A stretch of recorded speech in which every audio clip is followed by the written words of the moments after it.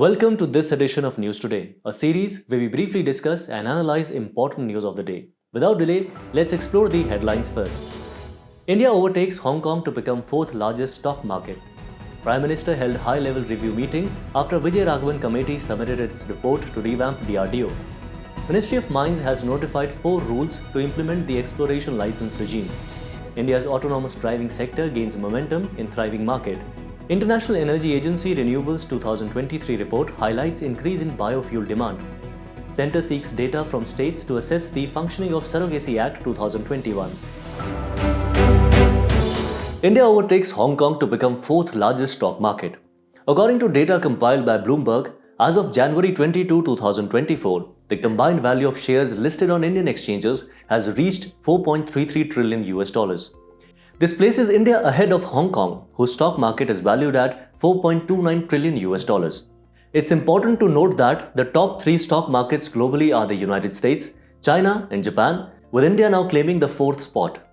Now let's also understand what a stock market is. A stock market is where investors, both individual and institutional, trade a variety of securities such as stocks, bonds, exchange-traded funds, and derivatives. There are 2 types of stock markets. First is primary market. This is where new shares and bonds are offered for the first time. Another is secondary market. In this market, existing securities are traded. For example, stock exchanges like the Bombay Stock Exchange. The significance of the stock market extends to various stakeholders. For businesses, it provides access to capital, diversifies risk, and provides opportunities for business expansion. Investors benefit from better returns compared to traditional savings instruments, tax benefits, and capital growth. Societal impact is achieved through instruments like social impact bonds and sustainable investment via green bonds. On an economic level, the stock market mobilizes idle savings and boosts entrepreneurship through venture capital funds. However, despite its positive impact, the Indian stock market faces certain challenges. High volatility, a limited issuer and investor base adversely affecting liquidity, and a suboptimal corporate debt market due to the dominance of government bonds are among the key issues. So how are these markets regulated? In India, the regulation of stock markets falls under the purview of 2 main bodies. First is Securities and Exchange Board of India, or SEBI. SEBI regulates various market intermediaries such as stockbrokers and stock exchanges. It is a statutory body under the SEBI Act of 1992. And second is Reserve Bank of India. RBI regulates the government securities market and plays a crucial role in ensuring the stability of the financial system. Moving on to the next news. Prime Minister held high-level review meeting after Vijay Raghavan committee submitted its report to revamp DRDO. The committee, led by Professor K. Vijay Raghavan and constituted by the Ministry of Defence, was tasked with evaluating the functioning of DRDO and restructuring the country's defence research and development ecosystem. DRDO, headquartered in Delhi and established in 1958, serves as the research and development wing of the Ministry of Defence, playing a pivotal role in empowering India with cutting-edge defence technologies. Now let's delve into the key recommendations put forth by the Vijay Raghavan Committee for the overhaul of DRDO. First, let's take a look at the recommended structural changes. The creation of the Defence Technology Council to be headed by the Prime Minister has been proposed. The Defence Minister and the National Security Advisor will serve as the Vice Presidents of the Defence Technology Council. The Defence Technology Council is envisioned to determine the country's defence technology roadmap, decide on major projects and oversee their execution. An executive committee under the Defence Technology Council, chaired by the Chief of Defence Staff, is also part of the proposal, with the Principal Scientific Advisor serving as a member. A new department under the Defence Ministry, named the Department of Defence Science, Technology and Innovation, is recommended. This department will focus on promoting defence research and development in the academic and startup ecosystem and will serve as the Secretariat for the Defence Technology Council. The committee has recommended a comprehensive approach to research. The committee suggests a concentrated emphasis on intelligence, surveillance, and reconnaissance technologies. Additionally, there will be a strategic focus on life sciences within the ambit of defense research. The committee has also emphasized on human resources. It recommends to hire 100 graduates from campuses annually on a contractual basis and categorize the lateral entry program at DRDO will be energized, allowing for infusion of external expertise. It also suggests a goal to reduce the median age of DRDO to 35. Is set to bring in fresh perspectives and ideas. The proposed laboratory restructuring recommends a substantial restructuring of DRDO's laboratories. The current 41 labs will be consolidated into 10 national labs, strategically located in Delhi, Bangalore, Hyderabad, Pune, Dehradun, Chennai, Visakhapatnam, and Chandigarh. Moving on to the next news. Ministry of Mines has notified 4 rules to implement the exploration license regime. These rules, notified under the Mines and Minerals Development and Regulation or MMDR Act 1957, are as follows.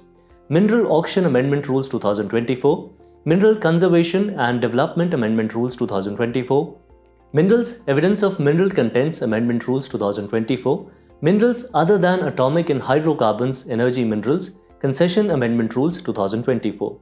The exploration license is a key component of these regulations, defined as a license granted for undertaking reconnaissance operations, prospecting operations, or both. This license was introduced through MMDR Amendment Act 2023. The exploration license is issued in respect of 29 minerals specified in the 7th schedule of the MMRD Act, including critical elements such as cobalt, lithium, nickel, gold, among others. The licenses are granted by state governments through a competitive bidding process. The tenure of an exploration license is set at 5 years from the date of execution. The central government has the authority to prescribe details such as the manner of auction, bidding parameters, and other relevant aspects through rules. Now let's talk about the Mines and Minerals Development and Regulation Act 1957. The Act serves as the principal legislation regulating the mines and mineral sector in India. It classifies mining-related activities in 3 categories, which includes reconnaissance, which includes preliminary survey to determine mineral resources, prospecting, that includes exploring, locating, or proving mineral deposits, and mining, which entails commercial extraction. In our next news, India's autonomous driving sector gains momentum in thriving market. As the world's 3rd largest car market with one of the lowest per capita vehicle penetration, India presents an opportunity for growth of autonomous driving vehicles.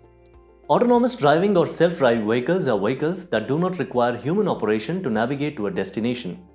These combine sensors to create and maintain an internal map of their surroundings.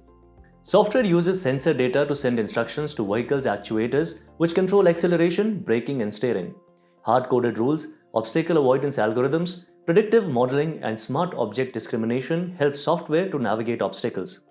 There are 6 levels in evolution of autonomous driving, describing the extent to which a car takes over responsibilities from the driver. First is the no automation level, in which the driver has full control over the vehicle and performs all driving tasks. Second is the driver assistance level. At this level, the vehicle can assist the driver with a single automated system. The third level is of partial automation, in which the vehicle can perform both the steering and power control features. The fourth level includes conditional automation. At this level, the vehicle can perform the majority of tasks, but there is a necessity for driver's involvement. Fifth is the high automation level, where the vehicle can perform all driving tasks in certain circumstances. And at last, the 6th level is the full automation level, where the driver is no longer necessary as the vehicle can perform all driving tasks. Adoption of autonomous vehicles in India can be challenging, as India has highest road accidents. There are infrastructure challenges with concerns regarding quality of roads. Further, haphazard traffic patterns and traffic violations and loss of employment as drivers are some other challenges. The moral dilemmas surrounding autonomous vehicles are multifaceted and demand careful consideration. One critical issue revolves around the choice between predetermined decisions and random decisions, particularly in accident scenarios. Another dilemma arises when control is unexpectedly transferred to the driver in emergencies, leading to complex issues of liability and responsibility in case of accidents. The vulnerability to hacking poses an additional challenge due to the potential for cybercriminals to take control of a vehicle. Moreover, the question of who holds the authority to decide the ethical principles guiding self-driving vehicles, whether it be the driver, engineers, or the government, adds an extra layer of moral complexity. Moving on to the next news. International Energy Agency Renewables 2023 report highlights increase in biofuel demand. As per International Energy Agency report, biofuel demand is set to expand 38 billion litres over 2023-28, a nearly 30% increase from the last 5-year period. This surge is predominantly driven by emerging economies like Brazil, Indonesia, and India. Biofuels are renewable energy fuels derived from biomass like crop stubble, plant waste, and municipal solid waste. Biofuels are used in place of or in blend with diesel, petrol for applications like transportation, etc. This includes ethanol and compressed biogas. Now let's discuss the significance of biofuels. Biofuels will help to decarbonize transport by providing low carbon solutions for sectors like trucking, shipping, and aviation. Also, biofuels will help achieve Panchamrit's net zero target by 2070 and will reduce dependence on import of crude oil. If we talk about challenges in biofuel adoption, then they have high production cost compared to other conventional fuels. Also, use of major crops to produce more biofuels will negatively impact India's food security. It also impacts water quality. For example, converting pastures into maize fields may increase runoff of excess nitrogen and phosphorus into surface and groundwater. Additionally, there is also direct competition from other greenhouse gas emissions reduction technologies like electric vehicles and biogas, which are more cost effective. India has also taken some initiatives for biofuels. These are National Policy of Biofuels, galvanizing organic bioagro resources or Gobardhan to set up 500 new CBG plants, Samarth or Sustainable Agrarian Mission on use of agro residue in thermal power plant scheme, Sustainable Alternative towards Affordable Transportation or Satat initiative to set up 5,000 bio-CNG plants by 2023-24. If we talk about initiative at global level, then there is Global Biofuel Alliance with India as its member, and World Biofuel Day is celebrated on 10th August every year. Moving ahead, Centre seeks data from states to assess the functioning of Surrogacy Act 2021. Union Ministry for Health and Family Welfare sought category-wise data on the total number of couples and single and unmarried women who have opted for surrogacy. The ministry also sought category-wise data on women who have opted for assisted reproductive technology since enactment of ART Regulation Act 2021. Surrogacy is a practice whereby one woman bears and gives birth to a child for an intending couple. There is two types of surrogacy, altruistic and commercial. Let's discuss the key provisions of the Surrogacy Regulation Act 2021. It allows only altruistic surrogacy and prohibits commercial surrogacy. As per the Act, a woman can act as a surrogate only once in her lifetime. The Act specifies the eligibility to become a surrogate mother. A married woman aged between 25 to 35 years old, having a child of her own, and possessing a certificate of medical and psychological fitness for surrogacy can become a surrogate mother. The Act also provides eligibility criteria for couples. They must have been married for 5 years, with wife aged between 25 to 50 years and husband between 26 to 55 years of age. The couple must not have any living child, whether biological, adopted or surrogate. Also, they should have an essential certificate of proven infertility of either partner certified by a district medical board. Let's also take a look at an important court ruling regarding the Act.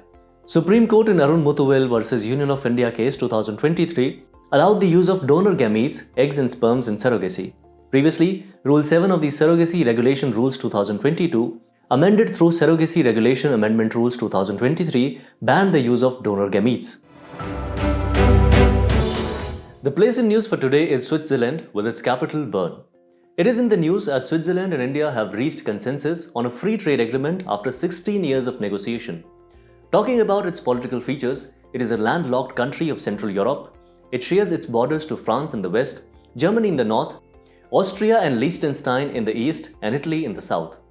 Talking about its geographical features, its major rivers are River Rhine and Rhone.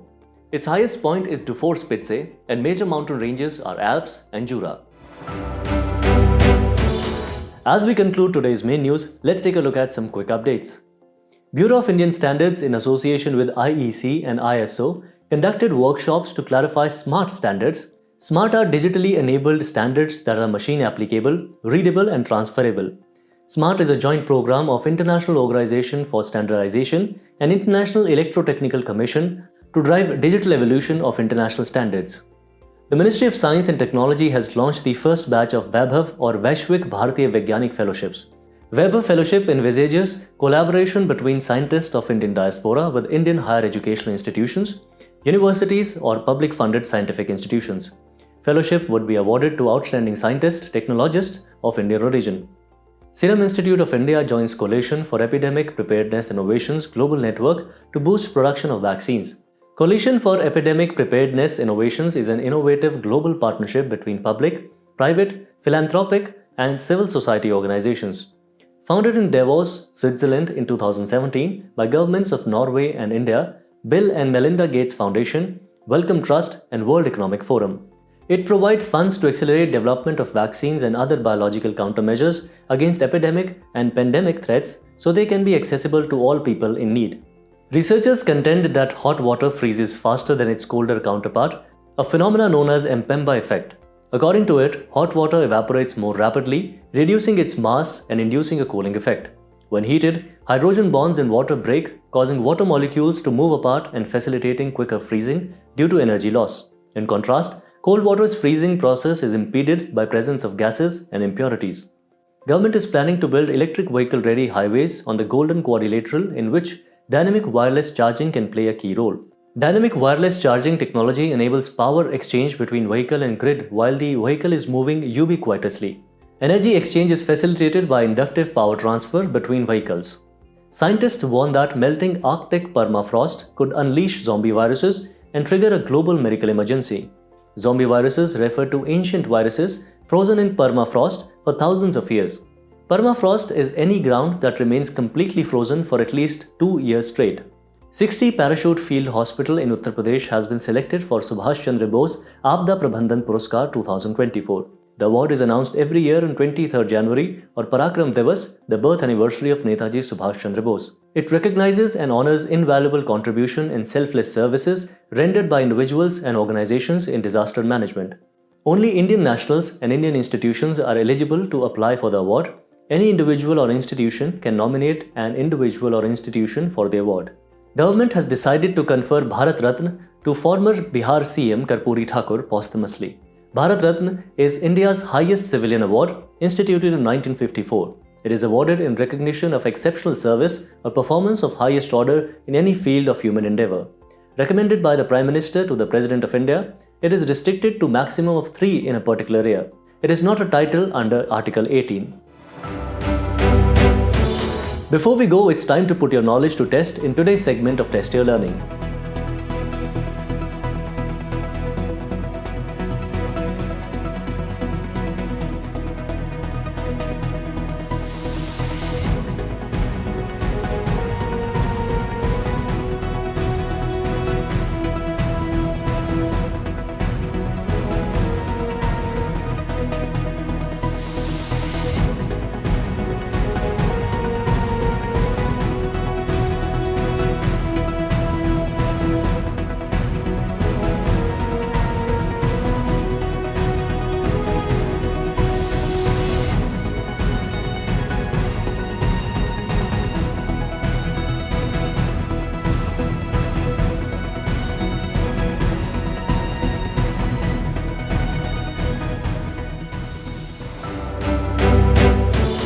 Thank you for joining us. We hope you have enjoyed this edition of News Today.